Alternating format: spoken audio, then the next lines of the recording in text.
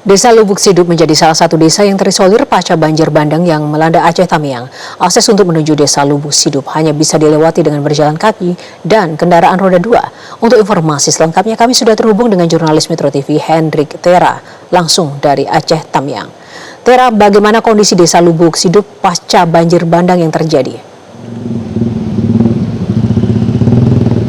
Baik, selamat sore Yohana dan pemirsa. Memang di desa Lubuk Sidup saat ini itu kondisinya memang desa ini menjadi salah satu desa yang terisolir. Ingat bahwa sejak banjir bandang yang terjadi di November 2025 lalu, desa ini akses untuk ke desa ini itu terputus, dan desa ini sekarang menjadi salah satu desa yang sangat sulit untuk diakses oleh kendaraan roda 4. Sehingga untuk sampai ke desa ini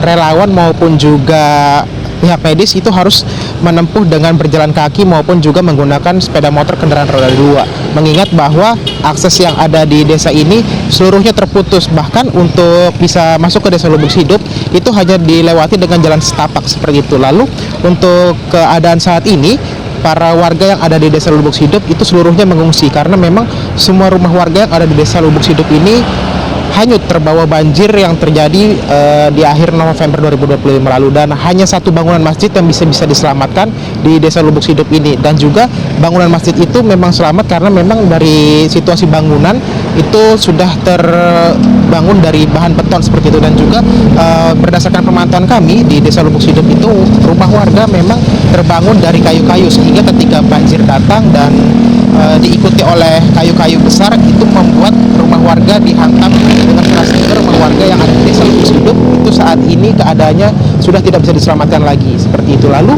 yang kedua, di pengungsian sendiri bahwa hingga saat ini warga harus hidup dengan bantuan yang terbatas, mengingat hingga saat ini akses listrik dan juga akses air bersih menjadi salah satu harapan warga agar bisa teraliri dan bisa memasuki desa Lubuk Sidup, karena hingga hari ini listrik dan juga air belum bisa diterima oleh warga Lubuk Sidup. Serta di bagian kesehatan juga banyak warga yang mengeluhkan hingga saat ini mereka mulai terserang penyakit seperti penyakit gatal-gatal, penyakit pusing, pilek, dan lain sebagainya.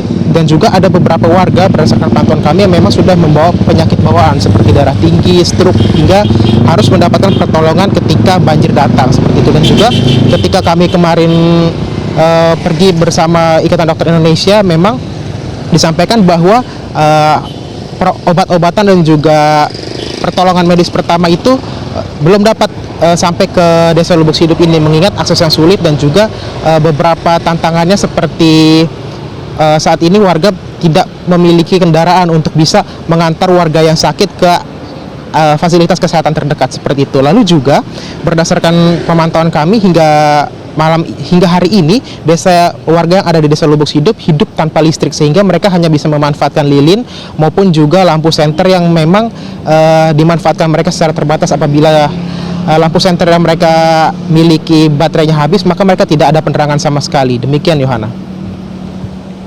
Baik, terima kasih Tera untuk laporannya langsung dari Aceh. Jelajahi cara baru mendapatkan informasi. Download Metro TV Extend sekarang.